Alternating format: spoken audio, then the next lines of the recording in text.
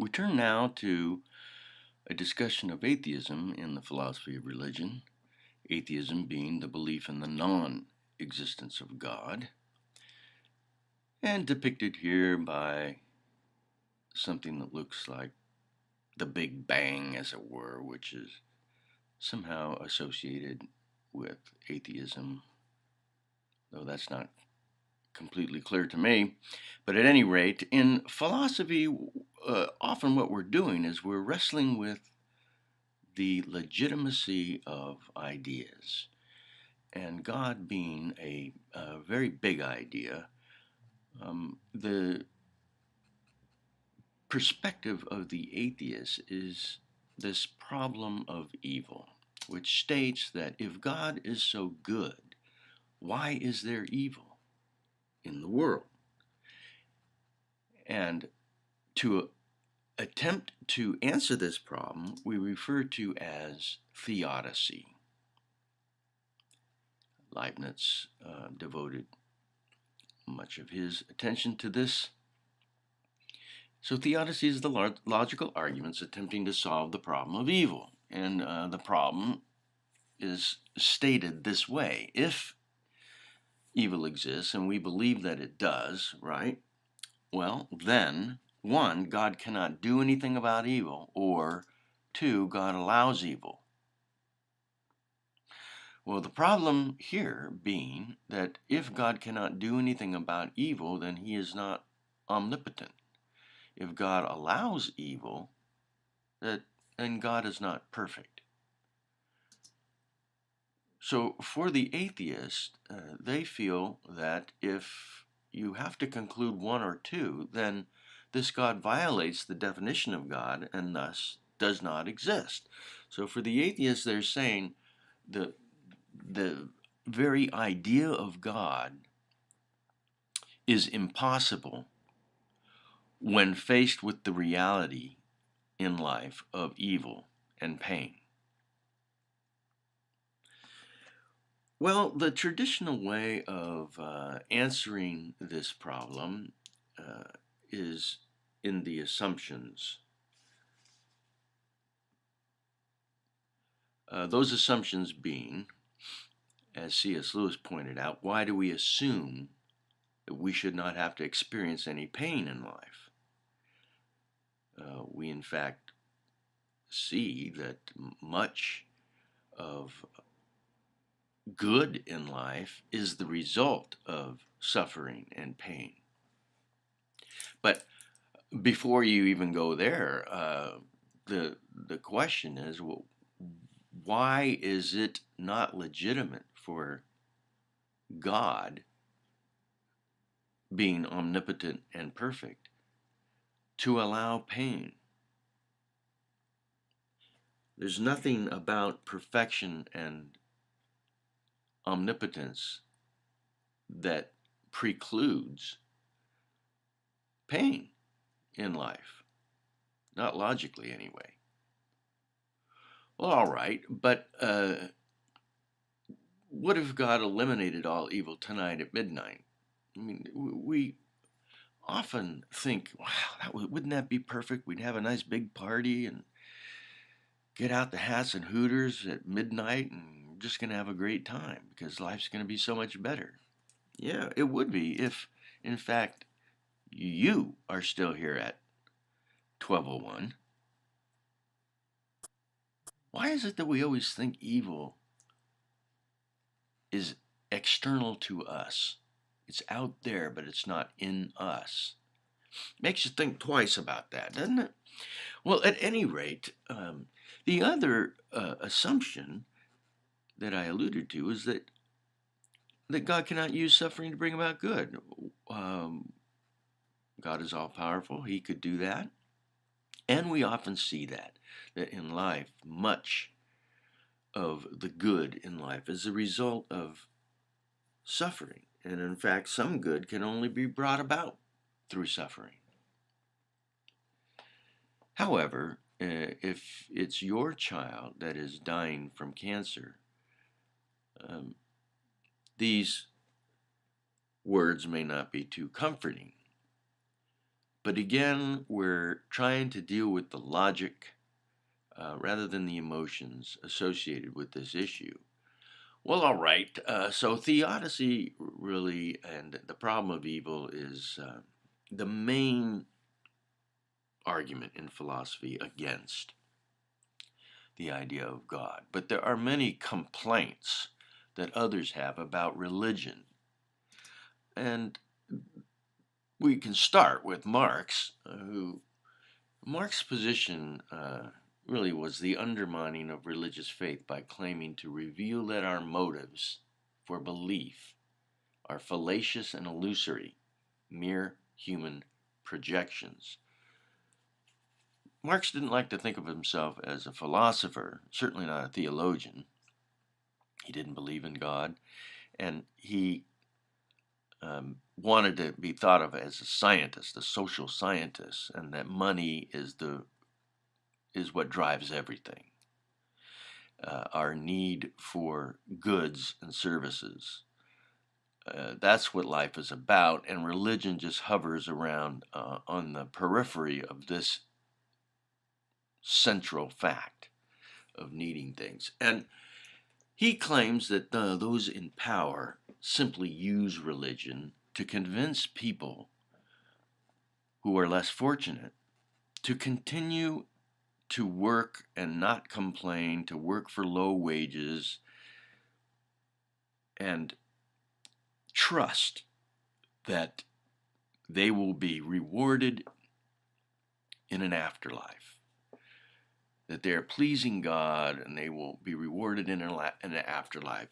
And for Marx, he saw that as terribly manipulative and oppressive, and that that's all religion has ever done, and that that it's a projection, a mere. When he talks about, when he refers to mere human projections, he's referring to the idea of a father up in heaven that has all the power and who rewards his children or punishes them. And this kind of mere projection of the family dynamic.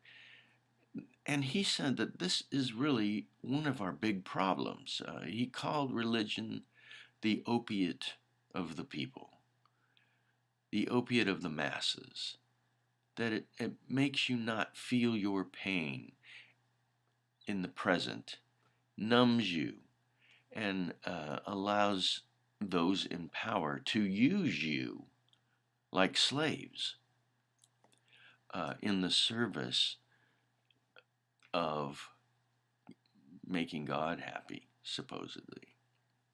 And he didn't like that. Well, that's a complaint about the misuse of religion, and it's a legitimate one. When religion does that, it should stop.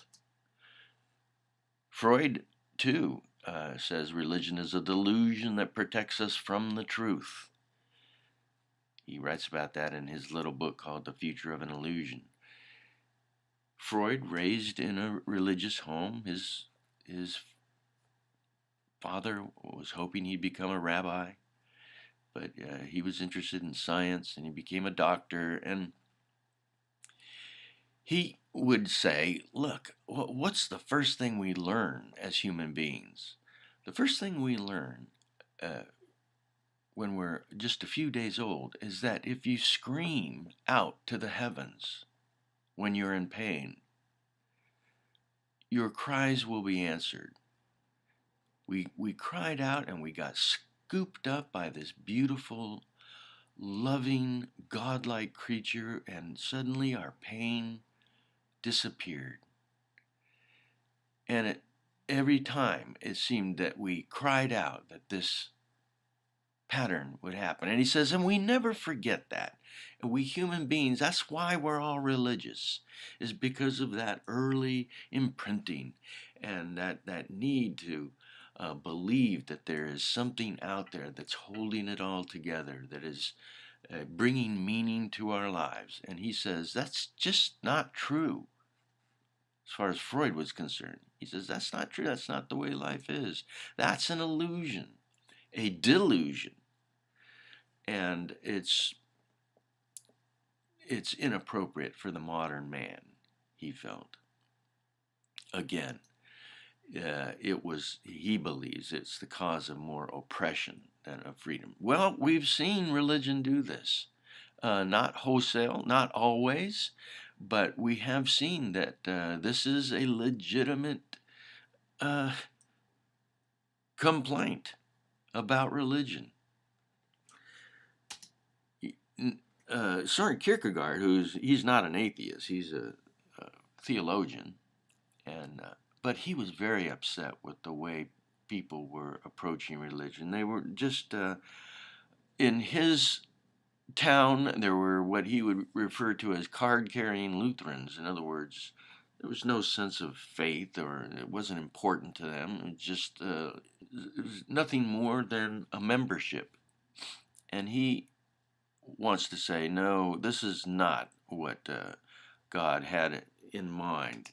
And he takes us to the story of Abraham and Isaac. You remember, God comes to Abraham and says, leave your people and your country and come with me. I will show you a promised land and give you many, many descendants, right? Which was like saying, yeah, I'll make you very successful and wealthy. Well, Abraham agrees, and lo and behold, he's in his 90s and still has no children. But then God does bless them with a child, a miraculous child, Isaac. And when Isaac gets to be a young boy, grows up to be a young boy, and then God comes to him and tells him that he wants him to sacrifice Isaac. Now, in ancient pagan culture, child sacrifice was not completely unusual. That wasn't so much or it wasn't the only tension. It was that he's in his 90s, he has this child of promise that proves that God is real and keeps his promises. And now he's going to kill it? He'll never get another chance like this.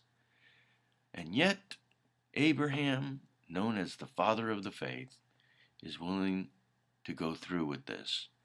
And of course, just as he lifts the knife, this angel stops him in the story and says, essentially, okay, you passed. Kierkegaard wants to say, this is the kind of faith that is required of you. Might require you to suspend your whole ethical sense. God might ask you to do something crazy like that, embracing the absurd, a huge leap of faith. This is, for Kierkegaard, this is what it meant to be a follower of Christ, not someone who's a mere card-carrying member of some particular order. And then, of course, we have Nietzsche, who said God is dead. And what he meant was that, this antiquated way of thinking about God is no longer viable. The old man in the sky on a throne with, the adoring of the chosen.